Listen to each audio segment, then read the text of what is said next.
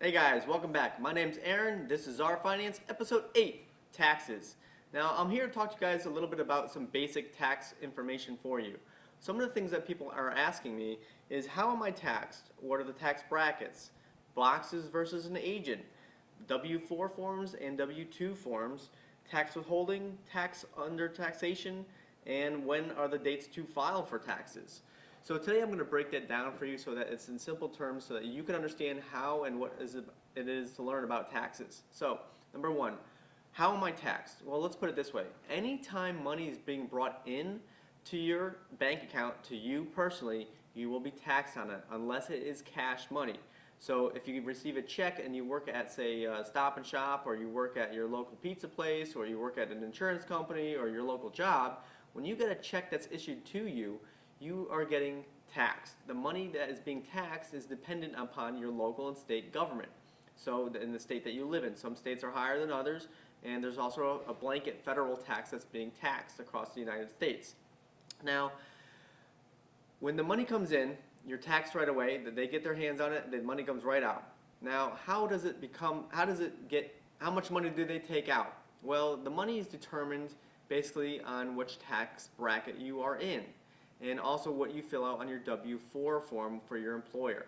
So let me skip around a little bit. I'm going to jump down to a W-4 form versus a W-2 form so that way you can understand how that is broken down. So a W-4 form is a form that is provided to you when you go looking for a job. So if I want to work at Stop and Shop or Pizza Hut or my local insurance company or something like that, I am going to be presented with a W-4 form. Now on that form you're going to fill out whether you're single, you're married, you have children, you're divorced, etc.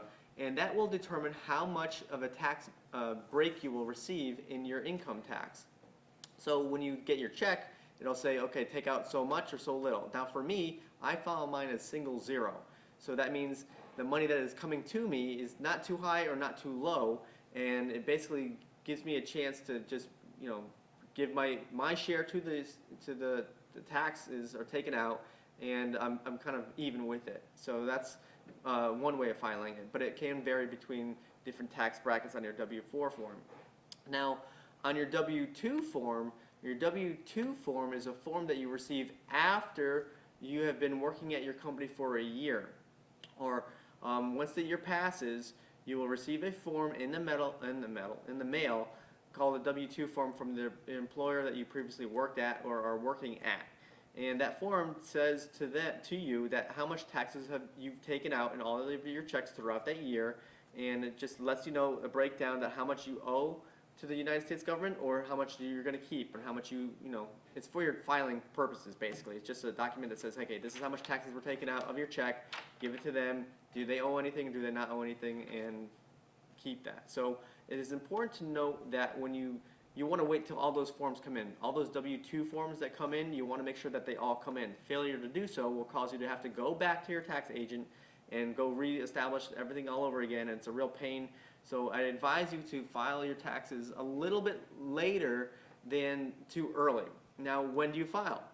Well, the dates every year are April 15th. Now this year, there is going to be a bump to the next business working day, which will be Monday because there's a holiday on the April 15th this year. So again, every year on average is April 15th is when you file your taxes. For those of you who are living outside of the United States or studying abroad or something like that and can't come back to the United States because of whatever reason, you're working overseas or whatever, you have a 2-month extension. So usually by June 18th or so, that's when you are able to file your taxes by that time. So just to let you know, April 15th is the date that you should normally file your taxes by. So you want to get into the process. Once you have all your forms, your W-2 forms or any other forms that are tax related, that's once you have all that, then you can go file your taxes right away. Then you're ready to go. So that's one of my advices to you. Now, let's talk about tax brackets. Tax brackets are a way of taking tax, or categorizing people so they are taxed fairly across the board. Now, fair is a hard word to decide whether, is it fair that, if I make $1 million a year, should I be paying 40% tax? I don't know. Is that a good thing or not thing? That's for you to decide, and that's why it's important to vote and find out who you want in Congress or who you want on your team to get you into the right area so that it's fair for everybody. But on average, the tax brackets follow as this. It's 10% up to $10,000, then it's 15%, 25%, 33%, 35%, and then about 40% if you're making $400,000 or more, etc.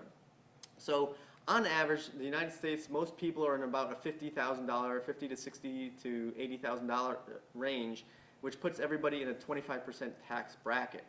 Now, that's pretty much where I fall. So I'm in between there. I'm not making a lot. I'm not making too much. I'm not making over too extended, but I fall in between $30,000 and I think it's $90,000. So I fall in the 25% tax bracket. So that's how the tax brackets work. And you can categorize whatever income you make in a year will determine which tax bracket you are. Now, it also depends on age that you are, you could fall in. As you get older, you fall into, your tax bracket goes down a little bit because you're older, your life expectancy isn't going to be as extended, etc. So you're taxed less as you get older.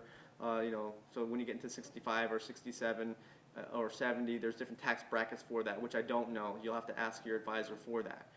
So that's how tax brackets work. Now, when I talk about, someone asked me about what boxes versus agent. Should I go with like a TurboTax or something like that, or should I go to an agent like say H&R Block or go to my local IRS tax agent instead? My advice to you is to always go with a licensed tax agent, because with the boxes, although they're good and you can do stuff at home, they're very simple and they're dumbed down, okay, for basically clicking the button saying yes, yes, yes, no, no, no, and they don't really dive deep into the nuts and bolts of what a professional licensed tax IRS agent can do for you.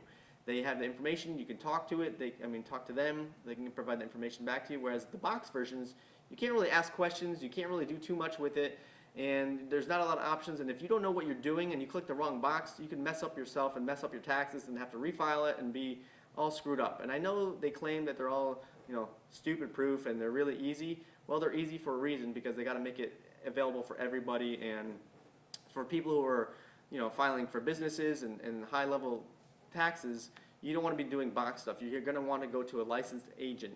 And it's important to have a licensed agent, in my opinion, because they will represent you in court should you have an audit. Now, what is an audit? An audit is basically the IRS coming after you to see if all your checks and balances are correct. They go line by line, comma by comma, page by page, and they basically find out whether you are paying your taxes and what you owe is what you owe, or is everything in order, basically is what they do.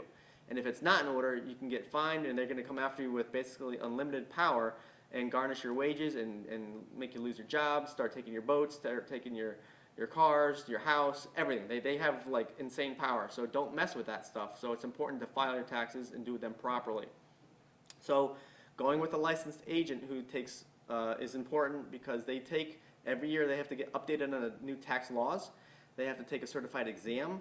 They have to keep up to date with the different types of software that are out there and any underwritings or things that are there to make sure that when it's filed properly. So my advice to you is always find an agent that you trust and has a good representation and that is licensed. You want to make sure that they're licensed, because you want to make sure that they do what they do and they're not fraudulent, or they're not saying, oh, I'm an agent, sure, I'll represent you, and they're doing some crazy stuff behind the scenes and sort of hoping and praying that you can get a bigger tax break when you don't really need one.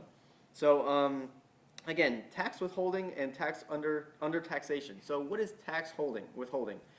Tax withholding means when you get money from your check, not money from your check, when you get a check from your job, there's tax taken out. If there's too much tax being taken out of that check, the money that's being taken out is being withheld with the United States government. So that money that's being withheld with the United States government is sitting in the government's bank account, and essentially they're playing with that money, they're earning it, they're using that money to go buy other things and fund schools and fund corporations and fund this or fund that. And come at the end of the year, they say, oh, okay, when you do your taxes, we owe you this person X amount of dollars, we'll take it out and they'll pay you within 5 to 7 business days. So that's what's happening when you say tax withholding. When tax withholding is too large, I should say, when most people do this, they expect a big check at the end of the year. They get all excited, they're like, oh, I'm going to get $5,000, I'm going to get $6,000 at the end of the year, this is great money to play with. Well, it's your money that you loaned to the government throughout the entire year for them to play with, and you got it all back in one chunk, and now you're all excited and you're going to go spend it on the casino. Not a wise decision. My advice to you is to break down and go look at your W-4 form, which you can do at any time throughout the year, and make sure that your form is correct so that way you're not withholding too much tax and that some of that money is coming back to you, so that will increase your salary just a little bit and will provide you to take that money to yourself, and you take that chunk of money and you invest it in your things that you want to invest in, whether it's the stock market, mutual funds, or other investment properties, which we'll talk about later. Now, under taxation means when your company is giving you too much money.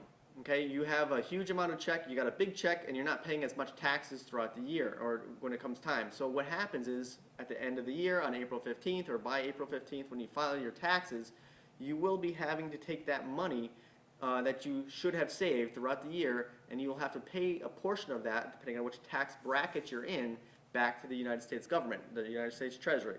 Okay, so if you don't have that money because you happen to spend it along the way or you lost it or whatever, well, now you're going to be in trouble because the IRS is going to want to know, hey, you owe us this money, you're in default, now we're going to come after you because you're going to get a ding on your credit, and all sorts of other things are going to start to happen. So it's important to know that you want to have a fine balance between when you get a check of how much taxes are withheld and how much taxes are coming to you.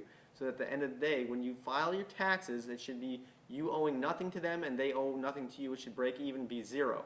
So if anything, you're going to be paying a fee for your agent who is filing your taxes, probably about $200 to $300 or more, depending on who you go with.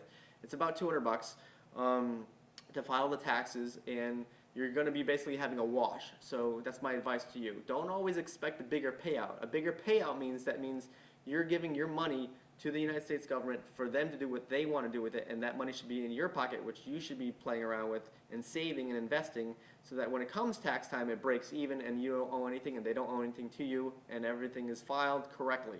So my advice to you again, one more time, is make sure you file your taxes. Failure to do so will result in big penalties and possible lawsuits and them coming after you. You don't want that to happen. What else can I say about taxes? Well, some people don't like paying taxes.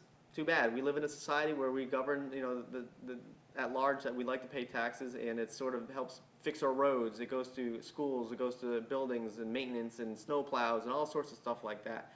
So it's important to pay those things, and it helps the wheel of life and the cycle go through. So it's important to pay taxes, whether you're rich or poor, etc.